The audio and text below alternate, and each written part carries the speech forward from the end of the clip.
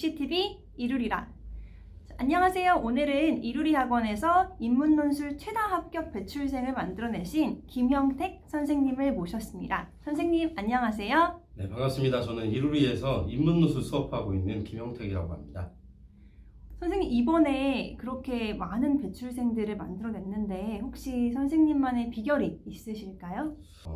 어쩌다 보니 그렇게 됐는데요. 다른 선생님들에 비해 좀 더 많은 합격생을 낼 수 있었던 비결은 아무래도 총평 자료이지 않나 싶습니다. 좀 설명을 드리면 이 영상을 보고 있는 학부모님이나 학생들 같은 경우에 오답 노트를 하시잖아요. 근데 실제로 논술을 하다 보면 학생들이 오답 노트를 하기보다는 학교 측의 자료를 많이 읽게 돼요. 근데 실제로 학교 측의 자료를 읽게 되면 학생의 사고는 멈추게 되거든요. 왜냐하면 그걸 외워야 된다는 강박이 엄청나게 생겨요. 그러다 보니까 학생들이 실제로 자신의 글을 객관적으로 보고 발전시켜 나가는 방법을 개인이 모색하지 못하는 경우들이 많더라고요. 예전에 수업하다가 한 친구가 계속 이렇게 필기를 혼자 보고 있더라고요. 제가 필기 자료를 준 게 아니고 자기가 이제 수업을 정리해서 이제 논술 노트라고 만들어 놓은 거예요. 그래서 이제 봤더니 야, 너 이거 왜 하냐 그랬더니 나중에 복습하려고요 라고 얘기하더라고요. 이제 지금은 이제 공군 전투기 몰고 있는 친구거든요. 근데 그 친구가 내신 4등급이었는데 경희대 국문을 논술로 100% 전형을 합격한 친구예요.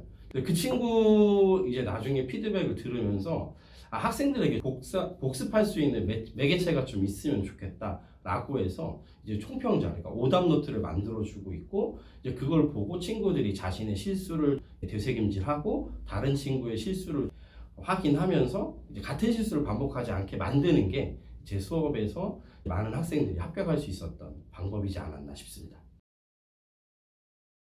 학생들 중에서 내신도 4등급, 모의고사도 4등급인 친구들이 많아요. 네. 그런 학생들은 논술을 하는 게 맞을까요? 이 부분은 욕구와 수단의 이 경계의 문제라고 생각하거든요. 예를 들어서 내신이 4등급이거나 수능이 4등급인 친구가 인서울을 하고 싶지 않다면 그 친구는 성적에 맞춰서 가면 돼요. 근데 이제 나는 내신은 4등급이고 수능이 4등급인데 인서울을 하고 싶다. 그러면 이제 두 가지를 선택해야 되거든요. 하나는 뭐냐 하면 범죄예요. 네. 그러니까 범죄를 저질러서 잘못된 방법으로 이제 인서울 대학을 가는 방법이 첫 번째가 있는 거고, 그렇지 않다면 선택할 수 있는 방법은 내신을 올리거나 수능을 올리거나 인 거죠. 근데 미리 말씀드리긴 좀 어려운 문제이긴 하지만 실제로 한계점이라는 게 존재하거든요. 그렇다 보니까 그런 한계점이 있는 방법들이 아니라면 제가 생각할 때 선택할 수 있는 건 논술밖에 없거든요. 내 욕구를 구체적으로 실현할 수 있는 수단을 찾겠다. 그러면 논술을 선택하는 것이 가장 방법이라고 볼 수 있겠죠. 그러면 논술 수업은 실제로 어떻게 진행되는지 궁금하네요. 실제로 이루리 같은 경우에는요, 논술 수업이 6명의 한 반이에요. 그러니까 다시 말해서 6명의 친구가 한 수업에 들어와서 한 명의 선생님에게 케어를 받는 거죠. 그러면 상대적으로 저희가 3시간 수업을 하고 있는데 학원에 한 번에 올 때마다 30분 정도의 개별 케어 시간을 받게 되는 거예요. 저희는 다 개별 진도를 나가기 때문에 한 명의 친구에게 30분 정도의 최소한의 피드백할 수 있는 시간 동안 선생님들이 그 친구에게 알려주고 싶은 기초라든지 아니면 그 친구가 희망하고자 하는, 지원하고자 하는 대학의 특징이라든지 그리고 학생이 작성한 글에 대한 피드백이라든지 이런 것들을 개별적으로 이제 설명해주는 방식으로 수업이 진행되고 있다고 이해하시면 될 것 같아요. 그러면 대학별로 논술 유형이 다 다르잖아요. 네. 그러면 그런 것들은 다 각각 어떻게 준비를 해야 할까요? 실제로 학생들이 준비를 할 수 있는 개별 역량은 없다고 저는 생각을 하거든요. 왜냐하면 그렇기 때문에 논술을 가르치는 사람이 존재하는 것이죠. 학생이 이제 준비를 잘하기 위해서는 좋은 선생님을 만나는 게 필요하고, 예를 들어서 논술을 3개 정도 쓰는 학생이다. 그러면 6개 이상 되는 대학을 선정을 해서 그 학교를 돌려보는 거죠. 그래서 학생이 원하는 학교 그리고 학생에게 맞는 학교들을 찾아나가는 방식으로 자기가 희망하는 대학에 대한 준비가 이루어질 수 있겠다라고 이해하시면 될 것 같아요.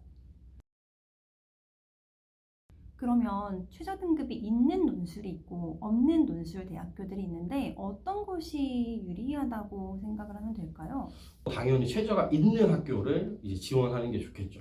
최저가 있는 학교는 실제적으로 경쟁률이 지금 최저도 많이 낮아지고 있다는 걸 감안하시면 3, 40% 정도대라고 이해하시면 좋을 것 같아요. 근데 최저가 없는 학교는 그 경쟁률을 온전히 받아들여야 된다고 생각하시면 좋을 것 같고요. 근데 이거는 뭐 학생이 처해져 있는 상황이기 때문에 최저를 맞출 수 있다면 최저 있는 학교를, 최저를 맞출 수 없다면 최저 없는 학교를 쓰게 되는 것이라고 이해하시면 좋을 것 같고, 그거는 아마 학생이 논술 수업을 참여하게 된다면 선생님들께서 디테일하게 뭐 최저를 맞출 수 있지만 최저 없는 학교를 지원해 보자고 하는 친구도 있을 거고, 최저를 맞출 수 없지만 최저 있는 학교를 어떻게 이제 수능 준비를 채워서 지원을 해볼까, 이런 것들도 다 이제 맞춤으로 가이드를 해주실 거라고 보여집니다. 그러면 최저 등급은 무슨 과목으로 맞추는 게 좋을까요? 학생들의 심리를 이야기를 해드리자면 일단 학생들을 많이 하는 걸 싫어해요. 네, 그러니까 국어, 영어, 수학, 사탐 이걸 전부 다 해서 최저를 맞춘다는 생각은 잘 안 하거든요. 학생들이 맨 처음에 이제 물어보면 너 뭘로 최저 맞출래? 그러면 국어, 사탐 이렇게 얘기하거든요. 근데 이제 제가 생각했을 때 객관적인 수치로 접근을 하면 저는 영어는 전략적으로 선택하는 게 맞다고 생각해요.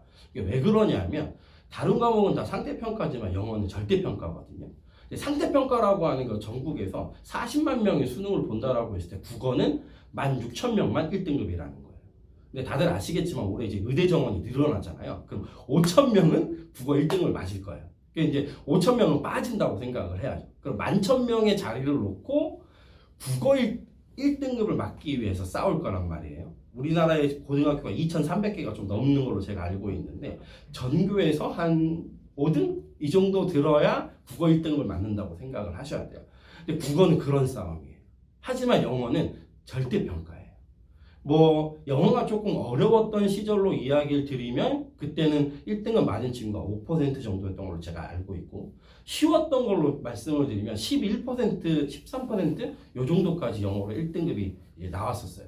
그 말은 뭐냐면 다른 과목은 1등급 4%, 2등급 7%를 해야 11%인데 영어는 11%까지 1등급이었다는 거예요. 2등급은 20%까지였어요. 그러면 다른 과목은 상대적으로 더 잘해야 내가 1등급, 2등급을 맞을 수 있는 과목이지만 영어 같은 경우는 내가 절대적으로 잘하면 1등급, 2등급을 맞을 수 있는 과목이에요. 그렇기 때문에 전략적으로 한 과목을 꼭 찝는다면 저는 영어를 선택하는 게 확률적으로 제일 높은 싸움이지 않을까 싶고요. 그 다음에 뭐 사탐도 친구들이 많이 선택을 하게 되는데 인문 논술 하는 친구라면 가급적이면 사문, 네, 아니면 생윤, 요렇게 윤사, 요렇게 윤리 쪽 과목, 그래서 논술에서 지문이 좀 많이 나올 수 있는 과목을 선택해 주는 게 저는 조금 더 좋을 거라고 보여지고, 특히 이제 뭐 많이 선택하진 않지만 경영이나 경제 쪽을 선택하는 친구, 특히 그 친구가 수리 논술이 들어오는 학교다. 그러면 경제 과목을 공부하는 것도 나중에 대비하는 데 있어서 도움이 되기는 해요. 논술은 하늘의 별 따기라고 하는 네. 사람들이 있잖아요. 네. 논술 경쟁률 너무 힘들지 않을까요? 저도 이제 항상 이제 고민하는 부분인데, 영상에서 본 내용인데요. 논술은 경쟁률이 뭐 80대, 100대 하고 너무 높으니까 지원하지 않겠다, 이렇게 이야기를 하시는데 저는 조금 다르게 접근해 보셨으면 좋겠어요. 예를 들어서 우리나라에서 학생부 종합전형 경쟁률이 제일 낮은 곳이 어디냐면 서울대거든요. 서울대는 왜 낮을까라고 고민을 해봐야 되는 거죠. 왜냐하면 서울대는 1점대 내신 친구들, 그런 친구들이 원서를 쓰기 때문에 경쟁률이 낮은 거예요. 근데요, 대한민국에 있는 40만 수험생들은 다 서울대를 가려고 이제 고등학교 때 공부를 한다고 이해하셔야 돼요. 그러니까 실질적인 경쟁률은 서울대상 500명 뽑는다 그러면 8,000대 1인 거죠. 근데 실제로 원서를 쓸 때는 나는 서울대를 못 갈 거니까 여기를 안 쓸 거라고 해서 경쟁률이 낮은 거다라고 이해하시는 게 저는 솔직히 현실적인 판단이라고 봐요. 그러니까 논술은 내가 하지 않았던, 할 수 없는 학교들을 이제 지원하기 때문에 경쟁률이 높아지는 것일 뿐이지, 실제로 전체 입시의 구조로 놓고 보았을 때는 경쟁률이 실제로 높은 건 아니고, 실제로 최저가 들어오게 되면 학생부 종합전형과 거의 비슷한 수준의 경쟁률이 되기 때문에 경쟁률만 가지고 논술을 이해하고 접근하는 것은 오히려 좋은 기회를 선택할 수 있는 어떤 그런 기준점을 잘못 설정하는 거라고 저는 이해하고 있어요. 그러면 저는 지금 고2인데요. 네. 논술을 지금 준비해야 할까요? 하는 학생들이 있어요. 그런 네. 학생들은 어떻게 해야 될까요? 고2 때부터 논술을 고민하는 친구들은 아무래도 이제 연대 논술을 고민하는 친구들이 좀 많았던 것 같고, 그런 친구들 같은 경우에는 제가 생각했을 때는 논술을 준비할 수 있다면 하는 게 좋아요. 근데 기본적인 조건은 뭐냐면 자기의 내신이라든지 수능을 준비했던 그런 스케줄이 흔들리시면 안 돼요. 그러니까 그런 것들을 유지하면서 고등학교 2학기 때쯤에는 실제적인 글쓰기를 시작을 해준다면 다른 친구들보다는 훨씬 더 좋은 무기를 갖게 되는 거죠. 그러니까 무기를 하나 더 갖는다라는 측면에서 논술을 선택하는 친구들에게는 적극 추천을 하는 편이고, 그게 아니고 나머지 것들이 너무 깨져버리면 3학년 때도 다 흔들리게 되거든요. 지금은 아직 1학기니까 1학기 동안 내신을 준비하고 수능을 준비하는 올바른 습관을 좀 잘 갖춰주고, 만약에 지금 당장도 갖출 수 있다면 논술하면 너무나 좋겠죠. 하지만 그게 만약에 좀 잘 안 돼 있다 그러면 그걸 좀 이제 여름방학 때까지 좀 잘 갖춰주고 그때부터 논술을 같이 하면 다른 친구들은 훨씬 더 좋은 결과를 낼 수 있을 것 같아요. 제가 예전에 고2 수업을 했을 때 그 반이 8명이었거든요. 근데 그 친구들이 2학년 때부터 논술 한 친구들이에요. 나중에 결과를 까보니까 그 반 꼴등이 숙대를 갔어요. 네, 논술로. 그런 걸 따지고 보면 고2 때 논술을 하는 건 너무나 좋은 선택인데, 중요한 것은 그것 때문에 학습이 깨지지 않게 어느 정도 이제 성실한 이제 자기만의 습관을 좀 갖춰주면 좀 더 좋을 것 같아요. 선생님은 논술 오랫동안 하시면서 좋은 대학 많이 보내셨잖아요. 그 중에서 가장 기억에 남는 학생이 있을까요? 논술 제가 이제 19년째 되는데요, 올해. 예전에 이제 고등학교 3학년 때 이대를 갔던 친구인데, 선생님 저는 이대가 싫어요 그래가지고 다시 반수를 한 친구가 있었거든요. 근데 그 친구가 연대를 갔어요. 그 친구가 연대를 가고 나서 이제 지금 이제 미국에서 박사 과정을 하고 있는데, 기억에 남는 건 그 친구가 울었기 때문이에요. 네. 그러니까 첨삭을 하는데 틀렸어라고 얘기하니까 울더라고요.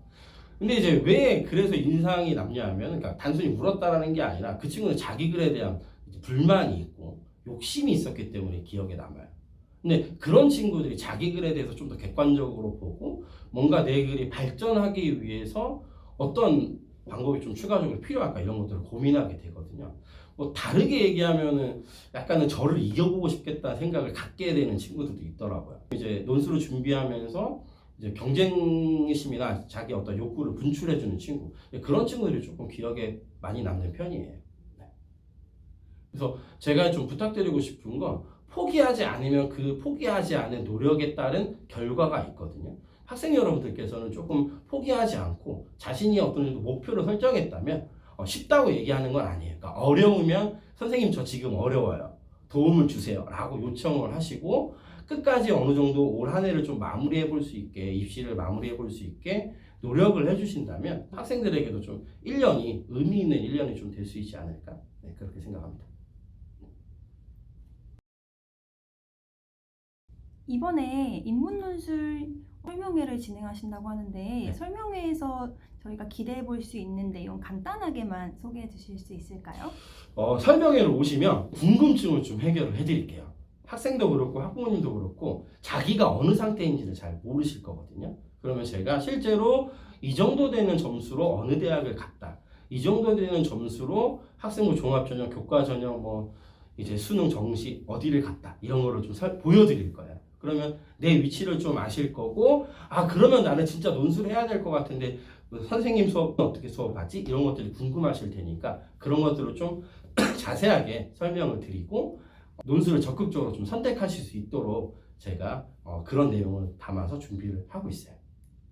오늘 이렇게 인문논술 관련해서 알아보았는데요. 자세하게 설명해 주신 김영택 선생님 정말 감사합니다. 우리 이번에 인문논술 설명회에서 다시 한번 뵙겠습니다.